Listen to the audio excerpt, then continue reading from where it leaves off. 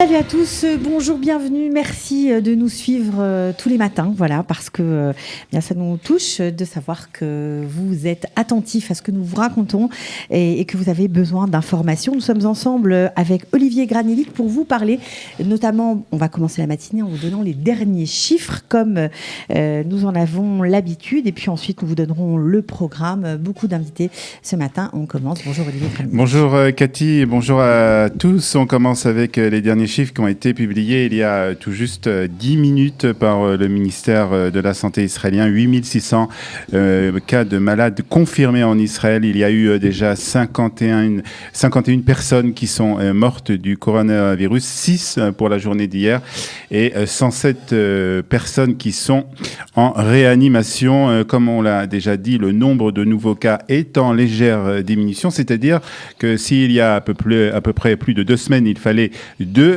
à 3 jours pour que le nombre de malades double, il en faut aujourd'hui 11 jours. Indice sans aucun doute très satisfaisant si on prend en compte les centres de contamination importants tels que Bnei Brak ou certains quartiers de Jérusalem. Mais attention, ne crions pas victoire trop rapidement. L'épidémie n'est pas enrayée, loin de là. La fête de Pessah va être un véritable test pour les décideurs israéliens, pour les pouvoirs publics israéliens. Si les Israéliens respectent les consignes de confinement, on pourra peut-être parler après Pessah d'une possible reprise progressive. Si les Israéliens au contraire ne respectent pas les consignes et décident de ne pas respecter donc les règles de confinement, on assistera à une nouvelle hausse du nombre de malades et le confinement continuera alors encore quelques semaines. Alors justement, Olivier, il est question de nouvelles mesures concernant la fête de Pessah. De quoi s'agit-il Alors, exactement ? rien d'officiel encore, Cathy, mais tout de même, hier, le ministre de l'Intérieur, Aryeh Deri, a annoncé que le Premier ministre étudiait la possibilité d'instaurer une fermeture complète du pays la veille de Pessah, c'est-à-dire à partir de mardi soir, un esguer, donc en hébreu, esguer complet, c'est-à-dire à partir donc de mardi soir, c'est interdire la circulation des Israéliens. C'est-à-dire demain, en fait. Demain soir. Demain soir, tout voilà. à fait. Voilà. Donc interdire totalement la circulation des Israéliens pour les empêcher de se réunir pour le soir du Seder. Déjà hier, la police a arrêté plusieurs centaines d'Israéliens à l'entrée des grandes villes qui avaient avancé leur arrivée dans leur famille et avaient l'intention donc d'organiser des Sédarim avec de nombreux participants. Donc la police a arrêté ces familles et les a renvoyés chez eux. Pour le moment, cette mesure n'a pas été adoptée, mais elle pourrait entrer en vigueur si la circulation devenait trop dense. Donc on répète que cette année, chacun reste chez soi. Le Seder aura lieu avec les personnes qui vivent sous le même toit seulement. On ne s'invite pas et on n'invite pas.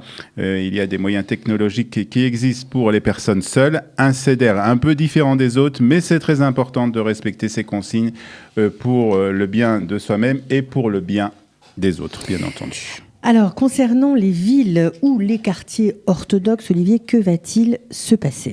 Alors, devant le nombre élevé de nouveaux cas de personnes contaminées, le gouvernement a décidé cette nuit de prendre des mesures draconiennes. C'est ainsi ce qui a été décidé pour la ville de Bnei Brak, à savoir que la ville a été hermétiquement fermée depuis samedi soir, que personne n'a le droit d'y entrer ou d'en sortir. Cette mesure va être étendue à 9 villes dans le pays et 15 quartiers de Jérusalem. Parmi les villes, on trouve la ville de Elad, de Ashkelon, de Modi'in-Illit, de Or Yehuda, de Tiberia, de Beitar Illit et de Migdal à Emek. À Jérusalem, on parle des quartiers orthodoxes, ultra-orthodoxes de Ramot, de Ramat Shlomo, de Shmuel Hanavi, de Mea Shearim, de Géoula, Kiryat Moshe et d'autres quartiers à forte densité de population ultra-orthodoxe, le but étant éviter un maximum de propagation du virus dans ces endroits.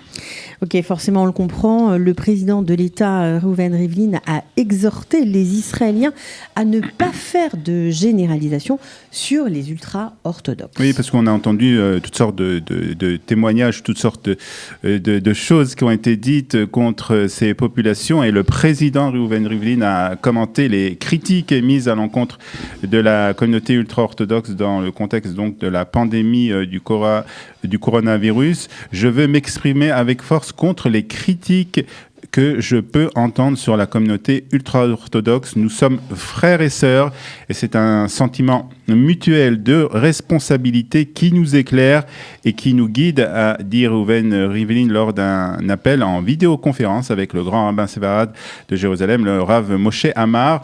Binyamin Netanyahu avait fait déclaration similaire la veille après qu'une journaliste de la télévision israélienne avait eu des propos assez acerbes contre la population ultra-orthodoxe. Et sur un autre thème, la course pour équiper Israël de respirateurs continue. On en est où, Olivier ? Tout à fait, cela ressemble à de véritables opérations militaires. 160 nouvelles machines ont été importées de l'étranger et ramenées en Israël par les avions d'El Al. Le but est d'arriver à 7000 respirateurs disponibles dans tout le pays. Plus de 900 000 masques et un demi-million de combinaisons de protection ont été aussi rapportés de Chine par les avions de la compagnie El Al. Donc de véritables opérations pour équiper en matériel médical le pays. Concernant la situation dans le reste du monde et en France, est-ce que les chiffres sont toujours aussi inquiétants ?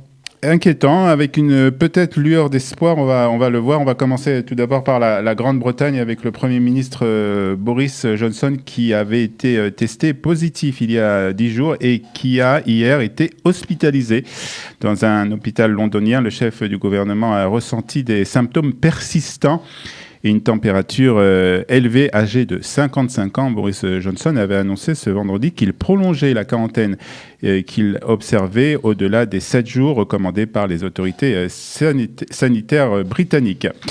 Une lueur d'espoir en Europe avec une courbe qui commence sa descente en Italie, la pression qui diminue en Espagne et le nombre de morts qui baisse en France. À Rome, les autorités ont enregistré au cours de ces dernières 24 heures 525 décès. On a envie de dire que 525 décès, même si c'est terrible de prononcer ces mots, soit le nombre le plus bas depuis plus de 2 semaines. En France, le ministère de la Santé a annoncé hier soir dans un communiqué que 8078 personnes étaient mortes du Covid-19 depuis le début de l'épidémie en France, dont 5889 dans les hôpitaux et 2189 au moins dans des établissements d'hébergement pour personnes âgées dépendantes. Dans les dernières 24 heures, 357 patients sont morts du coronavirus dans les hôpitaux. Un chiffre en baisse, donc, mais prudence encore une fois. Il s'agit seulement d'une tendance. Rien ne peut laisser croire que cette pandémie est terminée, loin de là. Voilà, et puis c'est l'occasion aussi, parce que beaucoup de gens dans la communauté juive ont été touchés à travers le monde, l'occasion de rappeler la mémoire de Michael Cohen. Pour ceux qui ont voyagé à New York, c'était le Shaliach Chabad, voilà, qui a accueilli des centaines, voire des milliers de personnes au fil des ans. Oui, voilà, il est décédé dans la ville de New York, dans le quartier de Wall Street, si je ne me trompe pas. Pas tout à fait, je crois un peu plus bas, ou peut-être pas très loin. En tout cas, voilà, il est assez connu et on voulait s'associer à la douleur de sa famille.